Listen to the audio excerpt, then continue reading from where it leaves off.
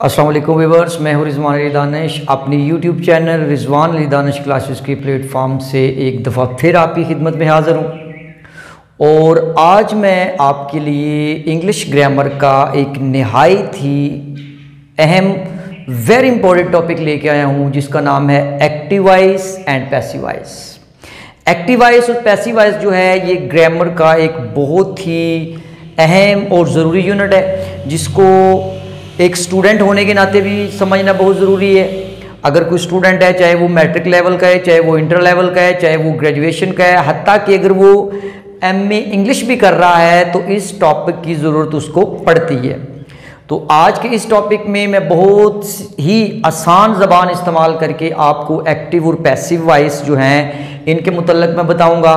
लेकिन एक बात, एक्टिव वॉइस पैसिव वॉइस समझाने से पहले मैं आपसे पूछूंगा कि अगर आपको 12 टेंसेस सही तरीक़ा से नहीं आते तो मेरे दोस्तों ये वीडियो फिर आपके लिए नहीं है, क्योंकि एक्टिव वॉइस और पैसिव वॉइस के कंसेप्ट्स उस वक्त तक आपकी समझ में नहीं आएंगे जब तक आपको 12 टेंसेस जो हैं वो अच्छी तरीके से नहीं आते। तो इसमें घबराने की ज़रूरत नहीं है, मायूस होने की ज़रूरत नहीं है। अभी मैं आपको आई बटन में एक प्ले लिस्ट दे रहा हूँ और इस प्ले लिस्ट में आपको 12 की 12 टेंसेस जो हैं नहायत ही आसान और आम फहम ज़बान में मैंने लेक्चर जो है ये तैयार किए हुए हैं। तो आपने यहाँ क्लिक करना, आई बटन पे क्लिक करें, वहाँ पर एक आपको प्ले लिस्ट मिलेगी 12 टेंसेस की। उस प्ले लिस्ट में आप चले जाएं, आप 1 बाय 1 सारी वीडियोस को देखें। देखने के बाद जब आप ये समझें कि अब हमें टेंसेस पे अबूर हासिल हो गया तो आप फिर इस वीडियो की तरफ आएंगे तो इंशाल्लाह ताला आपको बड़े अच्छे तरीके से ये एक्टिव वॉइस और पैसिव वॉइस का कंसेप्ट समझ में आएगा। तो इससे पहले आप टेंसेस लाजमन समझें इसको समझने के लिए। जी, आज के लेक्चर को शुरू करने से पहले मैं आपसे गुजारिश करूंगा कि अगर आपने मेरे इस यूट्यूब चैनल को सब्सक्राइब नहीं किया हुआ तो अभी आप इसको सब्सक्राइब कर दें ताकि आने वाली तमाम वीडियोज़ आप तक बासानी पहुँच सकें। तो आज हम अपना टॉपिक शुरू करते हैं। मैं पहले भी आपको बता चुका हूं कि इंग्लिश ग्रामर का ये बहुत ही ज़्यादा अहम टॉपिक है एक्टिव एंड पैसिव वॉइस। ये आप आम कन्वर्सेशन में भी इस्तेमाल करते हैं। इसके अलावा मैं स्कूल लेवल से लेकर यूनिवर्सिटी लेवल तक इंग्लिश ज़बान अगर कोई सीख रहा है, पढ़ रहा है, पढ़ा रहा है, हर लेवल के ऊपर आपको एक्टिव और पैसिव की ज़रूरत पड़ती है। तो अब हम अपने टॉपिक की तरफ चलते हैं। सबसे पहले हम देखेंगे कि एक्टिव वॉइस को उर्दू में क्या कहते हैं और पैसिव वॉइस को उर्दू में क्या कहते हैं। पहले तो आपने ये समझना है। देखिए जी, एक्टिव वॉइस मैंने लिखा हुआ है, इसको उर्दू में कहते हैं जी फेल मारूफ, और पैसिव वॉइस को उर्दू में कहते हैं फेल मजहूल। अब पहले नंबर पे तो हमने ये समझना है कि ये जो फेल मारूफ है इसका मतलब क्या है, इसका मीनिंग क्या है। अगर इसका मानी आपको समझ में आ गया तो काफ़ी हद तक इसकी डेफिनेशन भी आपको क्लियर हो जाएगी। आप देखें जी, मारूफ का मतलब आपने पढ़ा होगा कि मारूफ का मतलब होता है किसी चीज़ का मशहूर होना, जिसकी जान पहचान हो या जिसको लोग जानते हों उसको कहते हैं जी ये मारूफ है। कोई चीज़ मशहूर हो या मारूफ हो तो आप ये कह सकते हैं कि रोज़मर्रा ज़िंदगी में बात करने के मामूल को फेल मारूफ कहते हैं, यानी कि ये हर बंदा इसकी शनासाई रखता है उस ज़बान की या उस बोलचाल की या उस फेल को, वर्ब को किस तरह इस्तेमाल करते हैं, हर दूसरा बंदा इसको जानता है। तो इस लिहाज से इसको फेल मारूफ का नाम दिया गया है। तो अब हम इसकी बाकायदा तारीफ पढ़ेंगे कि उर्दू में तारीफ इसकी क्या बनेगी कि ऐसा फेल जिसका फ़ाइल मालूम हो और अपनी जगह पर हो, फेल मारूफ कहलाता है। ठीक है जी। अब इसकी उर्दू की तारीफ से आपको समझ आ गई होगी कि ऐसा फेल जिसका फ़ाइल मालूम हो। एक तो उसका सब्जेक्ट मालूम होना चाहिए, यानी उसका फ़ाइल हमें पता हो कि फ़ाइल कौन सा है, और फ़ाइल के पता होने के साथ साथ वो फ़ाइल अपनी जगह पे रह के परफॉर्म कर रहा हो जहां पर उसको होना चाहिए, यानी वो अपनी दुरुस्त जगह पर मौजूद होगा। तो आप ऐसे फ़िक्रा को फेल मारूफ कहेंगे या ऐसे सेंटेंस को आप एक्टिव वॉइस कहेंगे। इसके बाद मैंने एग्जाम्पल लिखी है, आप अगर एग्जाम्पल पे गौर करते हैं, वो किताब पढ़ता है। आप देखें वो इसमें क्या है, सब्जेक्ट या फाइल या अपनी जगह पर मजकूर है, अपनी जगह पर मौजूद है, और पढ़ता है इसमें क्या है, वर्ब है या फेल है। हमने इस चीज को देखना है कि फाइल अपनी जगह पर मौजूद है और फिक्रा में इसकी मौजूदगी भी है और ये अपनी दुरुस्त मकाम पर या दुरुस्त जगह पर भी मौजूद है। तो ये फिक्रा हम कह सकते हैं, उर्दू ज़बान में कह सकते हैं कि ये फिक्रा जो है ये किस सेंस में आएगा, एक्टिव वॉइस में आएगा। मैं खत लिखता हूं, आप देखिए मैं खत लिखता हूं, मैं इसमें क्या है, सब्जेक्ट है और अपनी जगह पर मौजूद है। इसके बाद उसने चाय पी ली, आप देखिए उसने, अब उसने इसमें क्या है, सब्जेक्ट है और ये अपनी असल जगह पर मौजूद है जहां पर इसको होना चाहिए। ठीक है, अब हम अगर इसकी इंग्लिश में डेफिनेशन करते हैं तो हम इंग्लिश में इसको कैसे डिफाइन करेंगे, ये आपने गौर करनी है कि in the active voice the subject is performing an action. ठीक है, अगर आप इंग्लिश में कहीं इसकी आपको डेफिनेशन लिखना पड़ जाती है तो आपने इंग्लिश की, ये बिल्कुल मुख्तसर सी डेफिनेशन है और बड़ी आसानी के साथ आपको याद भी हो जाएगी और बिल्कुल इसमें सिंपल वर्डिंग यूज की गई है। अब हम चलते हैं पैसिव वॉइस की तरफ, जिसको उर्दू में आप फेल मजऊल बोलेंगे। अब पहले नंबर पे तो हमने फेल मजऊल का मीनिंग देखना है, यानी मानी देखना है कि फेल मजऊल होता क्या है। अब प्यारे दोस्तों, फेल मजऊल जो है ये मारूफ का उल्ट है, यानी उसका अपोजिट है। फेल मारूफ का मतलब ये था कि जाना पहचाना होना, मशहूर होना, लेकिन मजहूल का मतलब ये होता है कि जो इतना ज्यादा जाना पहचाना ना हो, जो हिडन हो, जिसको बहुत कम लोग जानते हों, उसको आप उर्दू में मजहूल बोलते हैं। ठीक है, तो फेल मजहूल का मतलब फिर इस तरह बन जाएगा, बात करने के गैर मारूफ अंदाज को फेल मजहूल बोलते हैं। यानी गैर मारूफ का मतलब ये हुआ कि जिसको आम लोग नहीं जानते, बहुत कम लोग जानते हैं, ज्यादा लोग इसके बारे में इंफॉर्मेशन नहीं रखते, तो आप उसको बोलेंगे क्या, फेल मजहूल। ठीक है, अब हमें मीनिंग का पता चल गया है। अब हम उर्दू की डेफिनेशन यानी उर्दू में इसकी तारीफ को पढ़ेंगे कि उर्दू की तारीफ इसकी क्या बनेगी कि ऐसा फेल जिसमें फाइल मालूम ना हो। ले जी, ये उसके बिल्कुल अपोजिट हो गया, उल्ट हो गया। क्या है कि ऐसा फेल जिसमें फाइल यानी सब्जेक्ट या तो मालूम ही ना हो, यानी उस फिक्रा के अंदर मजकूर ही ना हो, उसका जिक्र ही ना किया जाए, और अगर जिक्र किया जाए तो वो अपनी दुरुस्त जगह पर ना हो। पहली तो बात यह है कि एक पैसिव वॉइस ऐसा सेंटेंस होगा, ऐसा फिक्रा होगा जिसमें सब्जेक्ट का जिक्र ही नहीं होगा, और अगर जिक्र होगा भी तो वो सब्जेक्ट अपनी दुरुस्त जगह पर मौजूद नहीं होगा।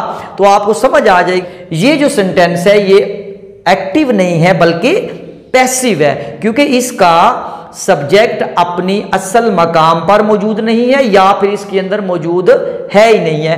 तो अब इसके बाद मैंने एग्जाम्पल्स दी हैं, एग्जाम्पल के ऊपर गौर करते हैं। किताब उससे पढ़ी जाती है।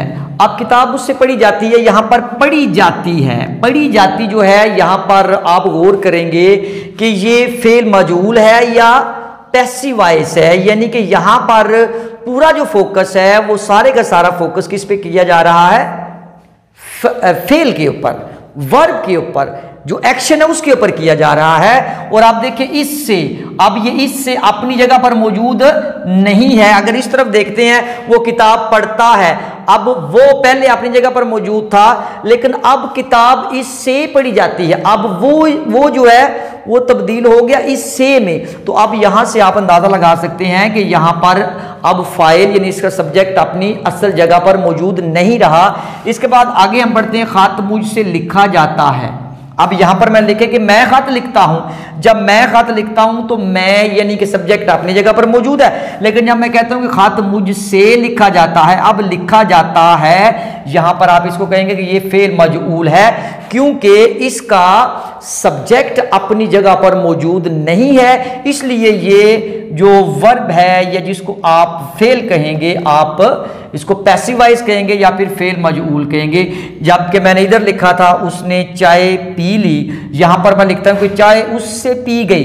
अब यहां पर देखें कि इसने, पहले वो सब्जेक्ट अपनी जगह पर मौजूद था और अब यहां उसकी जगह चेंज है और पी गई, यानी अब यहां पर भी फोकस किस पे किया जा रहा है, फेल के ऊपर फोकस किया जा रहा है।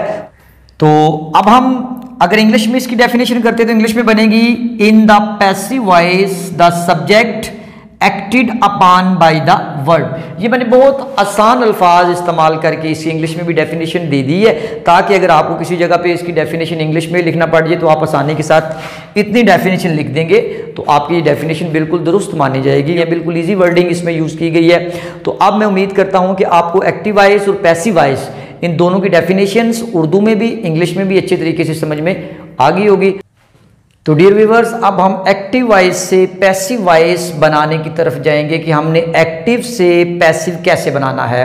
तमाम रूल्स को बड़ी तवज्जो के साथ आपने समझना है। मैं कोशिश करूंगा कि बिल्कुल एक एक चीज़ करके आपके सामने रखूं ताकि आपको किसी किस्म का इबहाम ना रहे। आपने तवज्जो पूरी करनी है। फर्स्ट ऑफ ऑल तो हम ये डिस्कस करेंगे कि ये जो एक्टिव और पैसिव है यानी किन किन टेंसेस के, जिस तरह के मैं आपको बता चुका हूं कि आपको पहले 12 टेंसेस आना निहायत ज़रूरी है।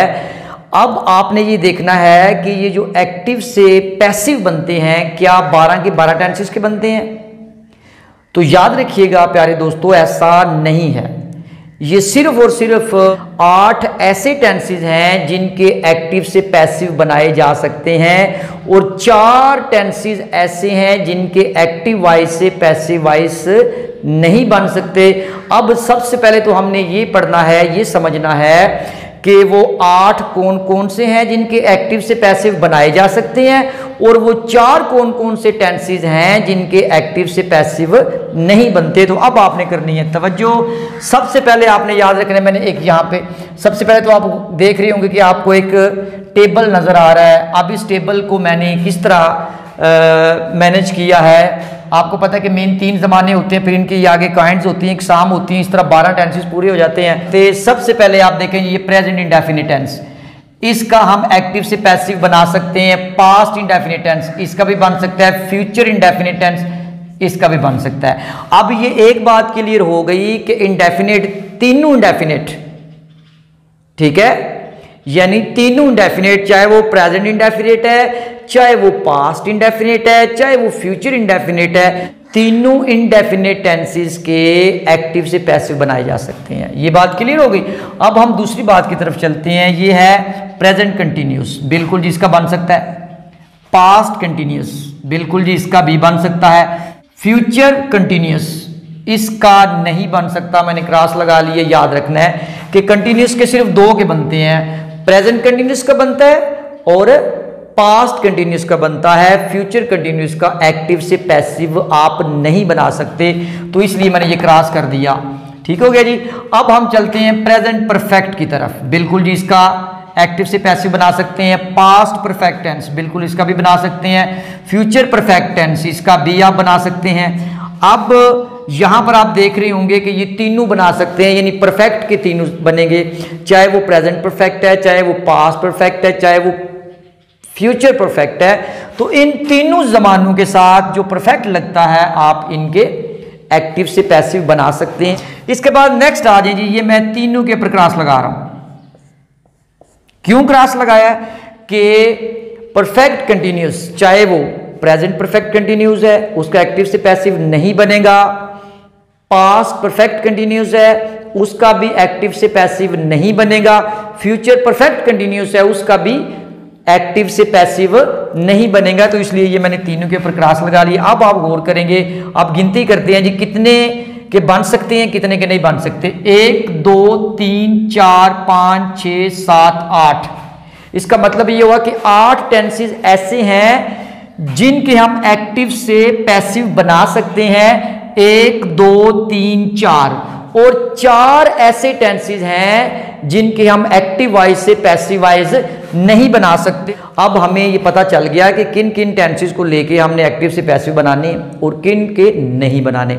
अब यहाँ पर मैंने एक और टेबल आपको दिया हुआ है, इस टेबल को भी साथ ही समझ ले ताकि फिर आगे हमने इसके रूल्स पढ़ने हैं तो ये सारी चीज़ें वहाँ पर अप्लाई होंगी, तो इसलिए इनको ज़रा गौर से समझना है आपने। अब देखें जी, एक होता है सब्जेक्टिव केस और फिर उस सब्जेक्टिव केस का ऑब्जेक्टिव केस भी होता है। जिन मेरे दोस्तों ने मेरी टेंसेस वाली सारी वीडियोस देखी हैं उनके अंदर मैंने ये सब्जेक्टिव और ऑब्जेक्टिव केस को बड़ी डिटेल के साथ बयान किया हुआ है और वहाँ पर मैंने first person, second person, third person की सिंगुलर, प्लूरल तमाम सेंसेस के अंदर सब्जेक्टिव से ऑब्जेक्टिव बनाने का तरीका मैंने वहाँ पर सिखा दिया है। लेकिन अब चूंकि एक्टिव और पैसिव जो है इस टॉपिक के अंदर भी हमें इनकी ज़रूरत है, तो फिर मैं थोड़ा सा टच दे रहा हूँ ताकि आपको एक दफ़ा वो सारे रिवाइज हो जाएं। अब हमारे पास सब्जेक्टिव केस है, मसला आई जो है ये हमारे पास क्या है सब्जेक्टिव केस में, अभी सब्जेक्ट है। अगर मैंने आई को ऑब्जेक्टिव केस में तब्दील करना हो तो फिर मैं क्या लिखूंगा, मी। ठीक है, ये आई का ऑब्जेक्टिव केस मी है और मी का सब्जेक्टिव केस आई है। ठीक हो गया। तो ये तो था सिंगुलर के लिए। अगर प्लूरल के लिए यूज करते हैं हम वी, तो वी का जो ऑब्जेक्टिव केस होता है वो होता है अस। ठीक है, ये आपने ज़हन में रखना है। इसके बाद आगे हम आ जाते हैं सेकंड पर्सन पे। सेकंड पर्सन अगर यू होता है तो याद रखिएगा इसका ऑब्जेक्टिव केस भी यू ही है। सिंगुलर के लिए भी हम यू यूज करते हैं और प्लूरल के लिए भी यू ही यूज करते हैं। अब देखिए यू है तो इधर भी यू लगेगा। ठीक है जी, ऑब्जेक्टिव केस। इसके बाद आप आ जाते हैं थर्ड पर्सन के ऊपर। थर्ड पर्सन सिंगुलर पहले देखते हैं जी, क्या है हमारे पास, ही। अब याद रख लें, ही को जब आपने चेंज करना है किसमें, ऑब्जेक्टिव केस में, तो ही का बनेगा हिम। ठीक है, इसके बाद शी का ऑब्जेक्टिव केस है हर। इसके बाद है इट, और याद रखिएगा इट जो है ये सब्जेक्टिव केस में इट ही रहेगा और ऑब्जेक्टिव केस में जाके भी इसमें कोई तब्दीली नहीं आएगी, वहां पर भी ये इट ही रहेगा। इसके बाद ही और शी, चूंकि ही जो है ये भी सिंगुलर है, शी भी सिंगुलर है। जब ही या शी का आपने प्लूरल सेंस देना होता है तो फिर आप क्या लिखते हैं, दे लिखते हैं। क्या लिखते हैं, इसकी ये वर्ड यूज करते हैं, दे। अब देखिए जी, दे हमारे पास सब्जेक्टिव केस। अब हमने दे को चेंज करना है ऑब्जेक्टिव केस में, तो बन जाएगा हमारे पास देम। ठीक है जी, तो मैं उम्मीद करता हूं कि ये आपको अच्छी तरीके से समझ में आ गई होगी। अगर ये आपको सही तरीके से समझ में नहीं आया तो आप एक्टिव से पैसिव नहीं बना सकते। यही सबसे लेके पहला इसका उसूल है। ये पहला उसूल अगर आपको सही तरीका से समझ में नहीं आया तो आप कतन भी एक्टिव से पैसिव नहीं बना सकते। तो ये बात आपने माइंड में रखनी है। मैं एक दफा फिर आपको बता देता हूं, क्या कि आई का मी बनेगा ऑब्जेक्टिव केस, वी का अस बनेगा, यू का यू ही रहेगा, ये यू प्लूरल के लिए भी यू ही रहेगा, ही का हिम होगा और शी का हार होगा और इट का इट ही रहेगा और दे का क्या हो जाएगा, देम हो जाएगा। ठीक, तो अब हम चलते हैं, रूल्स पढ़ते हैं इसके। यहां पर आपने बड़ी तवज्जो करनी है। अब यहां पर आपने जरा सी भी तवज्जो अगर आगे पीछे कर दी तो आपको बिल्कुल कतन समझ में नहीं आएगी। और मैं आपसे वादा करता हूं कि अगर आप थोड़ी सी भी तवज्जो करेंगे, इंशाल्लाह आपकी बहुत सी प्रॉब्लम्स जो आपको शुरू से समझ नहीं आ रही, आप क्लासरूम में बैठते थे, टीचर समझाते थे, एक्टिव वॉइस जो है उस ऊपर से गुजर जाते थे, ये टीचर क्या कह रहे हैं, ये ऑब्जेक्टिव क्या, किसको सब्जेक्टिव कर रहे हैं, किसको ऑब्जेक्टिव कर रहे हैं, ये चेंजेस किस तरह की कर रही हैं, ये किस तरह का हो, यानी वो सारे बहाम जो है इंशाल्लाह ताला आपके बिल्कुल क्लियर हो जाएंगे। आपने सिर्फ थोड़ी सी तवज्जो करनी है। तो अब हम चलते हैं रूल्स की तरफ। हमने एक्टिव एंड पैसिव वॉइस की डेफिनेशन भी पढ़ ली है। मैंने ये भी आपको बता दिया कि किस किस टेंस का एक्टिव से पैसिव बनेगा, किस किस का नहीं बनेगा। और मैंने आपको एक स्ट्रक्चर भी समझाया है जिसमें मैंने आपको सब्जेक्टिव केस से ऑब्जेक्टिव केस बनाने का तरीका बताया। अब हमने वो रूल्स पढ़ने हैं जिन रूल्स को अप्लाई करके हमने एक्टिव से पैसिव बनाना है। अब जरा आपने तवज्जो करनी है। तो 4 इसके रूल्स होते हैं, याद रखिए जी, 4 रूल्स होते हैं इसके। ठीक है जी। अब फर्स्ट ऑफ ऑल पहला रूल कौन सा होता है, इस पे आपने तवज्जो करनी है। पहले नंबर पे आपने क्या करना होता है जी, ऑब्जेक्ट जो है वो तब्दील हो जाता है किसमें, सब्जेक्ट में। पहला रूल इसका, आपने घबराना नहीं, मैं समझाता हूं आपको। इसके बाद नंबर 2 पे आप क्या करते हैं, चेंज ऑफ हेल्पिंग वर्ब। अब यहां पर आपने हेल्पिंग वर्ब की चेंजिंग करनी है, वो कौन सी करनी है वो भी मैं आपको समझाता हूं। ठीक है जी। इसके बाद नंबर 3 पे आपने क्या करना होता है कि हमेशा थर्ड फॉर्म लगानी होती है आपने, थर्ड फॉर्म ऑफ वर्ब, और उसके फौरन बाद आपने बाय लगा देना है। थर्ड फॉर्म लगानी है और उसके बाद आपने बाय लगा देना है। और लास्ट वन जो इसका है वो है जनाब, आपने सब्जेक्ट को फिर आप ले जाते हैं ऑब्जेक्टिव केस में, यानी ऑब्जेक्ट की जगह पे। ठीक है जी। तो अब आपने इन चेंजेस की तरफ तवज्जो करनी है। वो चेंजेस कौन कौन सी है, याद रखिएगा। अगर एक्टिव वॉइस में फर्स्ट फॉर्म हो, डू हो या डज हो, तो याद रखिएगा आपने एक्टिव वॉइस से पैसिव बनाने के लिए क्या कर लेना है, इज, एम या आर लगा लेना है। ठीक है जी। अगर एक्टिव वॉइस में फर्स्ट फॉर्म यूज हो रही हो, डू और या डज का इस्तेमाल किया जा रहा हो, तो आपने सब्जेक्ट के हिसाब से इज या एम या आर तीनों में से किसी एक का इस्तेमाल कर लेना है। ठीक है जी। इसके बाद आगे नेक्स्ट चलते हैं हम। अगर फिक्रा में सेकंड फॉर्म हो या डिड हो, तो फिर आपने क्या कर लेना, याद रखिएगा वाज या वर का इस्तेमाल कर लेना, ठीक है जी। और अगर फिक्रा में विल या शैल हो तो आपने क्या कर लेना, विल बी या फिर शैल बी का इस्तेमाल कर लेना। आगे नेक्स्ट चलते हैं। अगर फिक्रा के अंदर याद रखिएगा इज, एम, आर, वाज, वर या फर्स्ट फॉर्म प्लस आईएनजी वाली फॉर्म हो, यानी जिसको आप फोर्थ फॉर्म ऑफ वर्ब भी कह सकते हैं। जरा इस पॉइंट को आपने गौर से समझना है। तो फिर आपने कुछ भी नहीं करना, आपने सिर्फ बीइंग लगा देना है। क्या लगा देना है? बीइंग लगा देना है, और पीछे उसके इज, एम, आर या वाज वार अगर एक्टिव वॉइस में होता है तो इज, एम, आर, वाज वार में कोई किसी किस्म की आपने चेंजिंग नहीं करनी, ठीक है। आपने सिर्फ बीइंग लगा के आगे थर्ड फॉर्म ऑफ वर्ब लगा देनी है।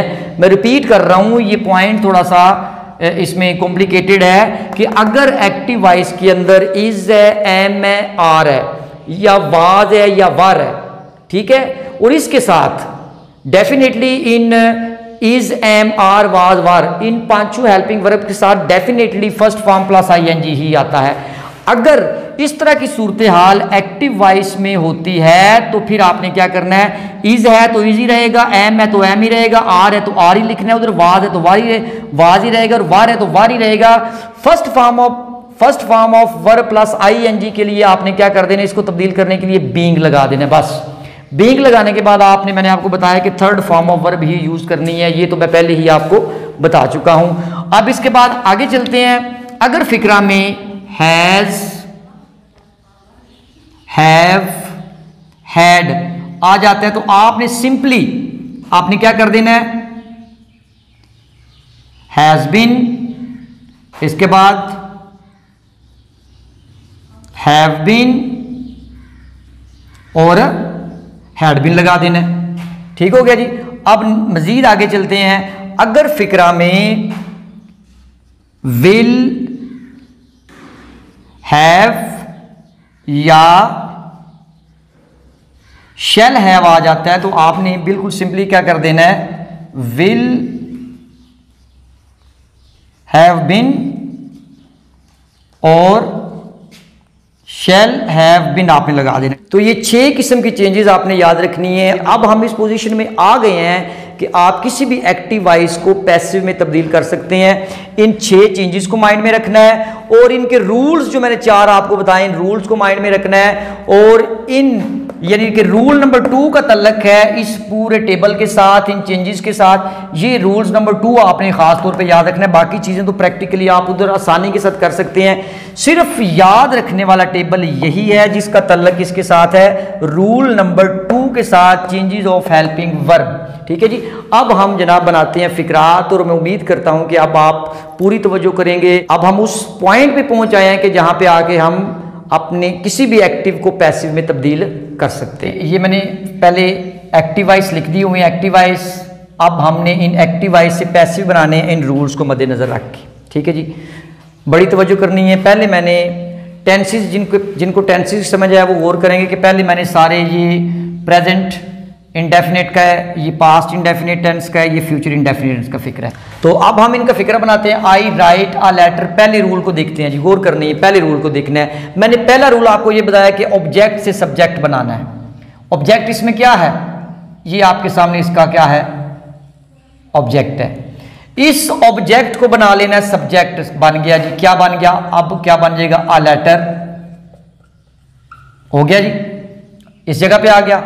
इसके बाद चेंजेस ऑफ हेल्पिंग वर्ब, दूसरे नंबर पे आपने हेल्पिंग वर्ब की चेंजिंग लानी है। तो मैंने आपको बताया था, क्या बताया था कि जब आपने हेल्पिंग वर्ब में चेंजेस लानी है तो अगर फिक्रा में फर्स्ट फॉर्म ऑफ वर्ब हो या फिर डू या डाज हो तो फिर आपने कौन सा हेल्पिंग वर्ब यूज करना है, इज, एम या आर, इन तीनों में से एक चूज करना है अकॉर्डिंग टू सब्जेक्ट।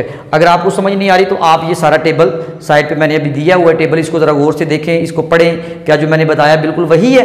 तो अब देखते हैं जी, क्या अ लेटर फर्स्ट फॉर्म आ गई। फर्स्ट फॉर्म के बाद फर्स्ट फॉर्म अगर फिक्रा में आ गई है, यानी एक्टिव वॉइस, अगर एक्टिव वॉइस में फर्स्ट फॉर्म आ गई है तो इट्स मीन कि मैंने यहाँ पर क्या लगाना है, लेटर एक है, खाते एक खत की बात हो रही है, तो फिर क्या लगेगा, इज लगेगा, अ लेटर इज।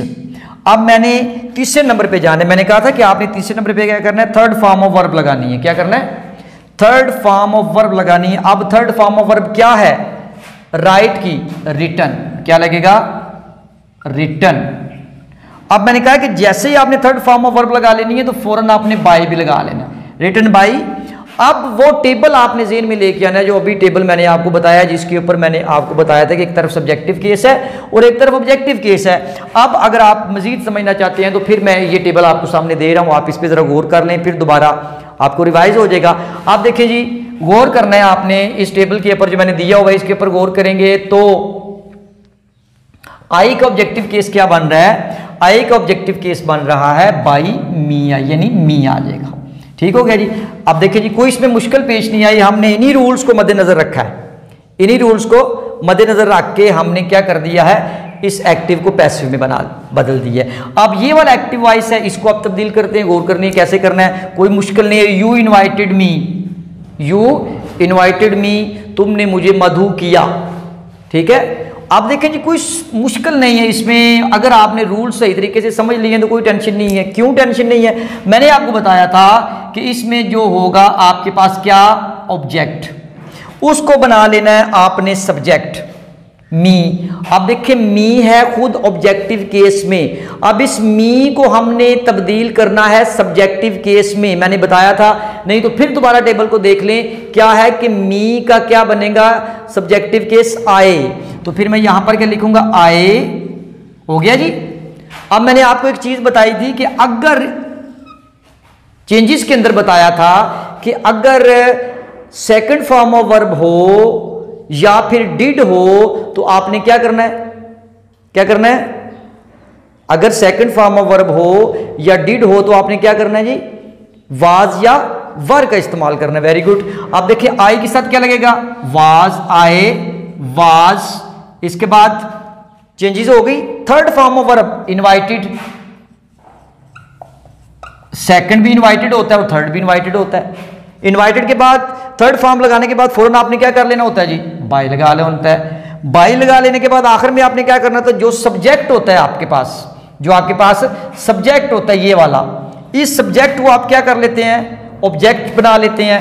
अब I was invited bye you, अब आपको मैंने बताया था कि यू का ऑब्जेक्टिव केस भी यू ही रहेगा, चाहे वो सिंगुलर में है चाहे वो प्लूरल सेंस में है। तो अब ये भी आपका फिक्रा बन गया। ठीक है जी।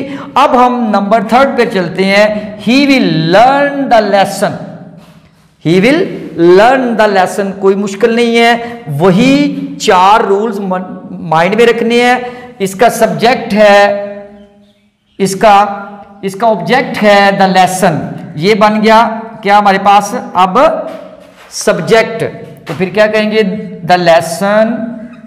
ठीक है जी। इसके बाद अगली चेंजेस आपने क्या करनी है, किसकी, हेल्पिंग वर्ब की चेंजेस करनी है। अब मैंने आपको बताया हुआ है कि फिक्रा में अगर विल या शैल आएगा तो आपने उसको विल बी या शैल बी में तब्दील कर देना है। ठीक है जी। तो फिर क्या करना है आपने, द लेसन विल है, चूंकि विल है तो फिर क्या आपने लगा देना है, विल बी। जब यहां तक आपका मसला हल हो गया, इसके बाद तो ये आपने बिल्कुल बगैर किसी मुश्किल के आपने इसको थर्ड फॉर्म में तब्दील करके बाई साथ लगा देना है। ये तो समझे कि आपने एक किस्म का यहाँ to कॉपी करना है और यहाँ पे जाके इसको पेस्ट कर देना है। ठीक है, तो फिर आप क्या करेंगे, आप देखिए लर्न की थर्ड फॉर्म होगी लर्नड, लर्नड बाई। आप देखिए जी, यहां पर आपके सामने ये है सब्जेक्ट। अब मैंने इस सब्जेक्ट केस को लिखना है ऑब्जेक्टिव केस में, तो ही का मैंने ऑब्जेक्टिव केस क्या बताया था, हिम।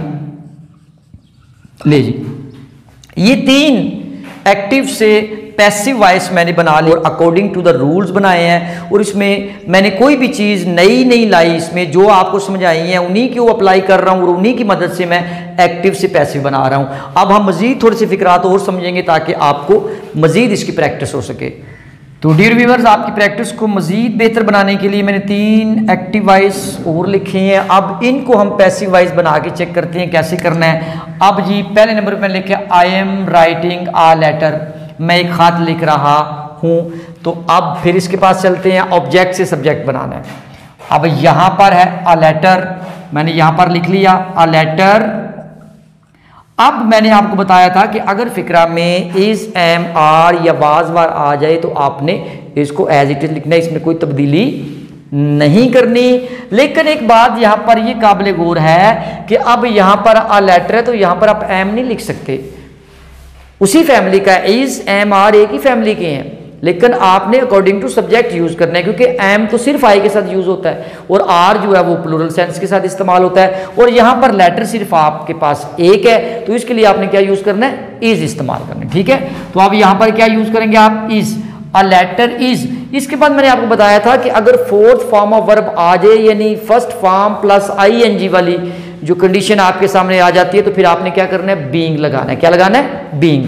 तो फिर हम यहां पर लगाएंगे BEING कर देंगे, being. A letter is being. इसके बाद ये चेंजेस हो गई, चेंजेस के बाद वही third form of verb, a letter is being written के बाद बाय लग गया। अब इसके बाद अगला क्या काम है आपका, चौथे नंबर पे सब्जेक्ट से ऑब्जेक्ट बनाना है। आई का ऑब्जेक्टिव केस आपको पता है जी, मी होता है। ठीक है जी, ये क्लियर हो गया। इसके बाद कहता है कि Ali was inviting me, Ali was inviting me, Ali मुझे मधु कर रहा था। अब यहां पर क्या होगा जी, गौर करनी है, मी आपके पास क्या है, ऑब्जेक्टिव केस में है, ये ऑब्जेक्ट है, इस सब्जेक्ट को बना लेना है सब्जेक्ट, लेकिन मी का सब्जेक्टिव केस क्या होता है, आए। तो फिर मैं यहां पर लिखूंगा आए। अब आए के साथ वाज ही इस्तेमाल होता है, इसमें कोई तब्दीली नहीं आएगी, आई वाज। और इसके बाद फौरन आपने क्या कर लेना है, चेंजेस के अंदर, चूंकि ये इनवाइटिंग यानी ING वाली फॉर्म है, तो आपने बीइंग लगा देना है। बीइंग लगाने के बाद आपने क्या कर लेना, फिर थर्ड फॉर्म लगा लेनी है, किसकी, इनवाइट की। तो क्या बन जाएगा, इनवाइटेड बाय। अब आपने क्या कर लेना है, यहां पर अली जो है ये सब्जेक्ट के तौर पे काम कर रहा है, तो याद रखिएगा अगर कोई नाउन होगा तो वो नाउन ही आप लिखेंगे एंड पे। किसी भी नाम का ऑब्जेक्टिव और सब्जेक्टिव केस सेम ही होता है, इसलिए आप लिखेंगे कि I was being invited bye Ali. Ali इधर सब्जेक्टिव केस भी है, और जब ये नया ऑब्जेक्ट बनेगा तो वो अली ही रहेगा। इसके बाद आप नीचे आज मैंने लिखा जी, I have written a letter, मैं एक खत लिख चुका हूं। कोई मुश्किल वाली बात नहीं है। अगर आप थोड़ी सी तवज्जो करें तो मैंने आपको बताया था कि अगर फिक्रा में has, have, had, will have या शेल हैव आ जाए तो आपने क्या कर लेना है, उनके साथ आपने बीन लगा देना है। मसलन अगर हैव है तो हैव बीन, अगर फिक्रा में हैज है तो हैज बीन, हैड है तो हैड बीन, विल हैव है तो will have been, shall have है तो शेल हैव बीन लग जाएगा।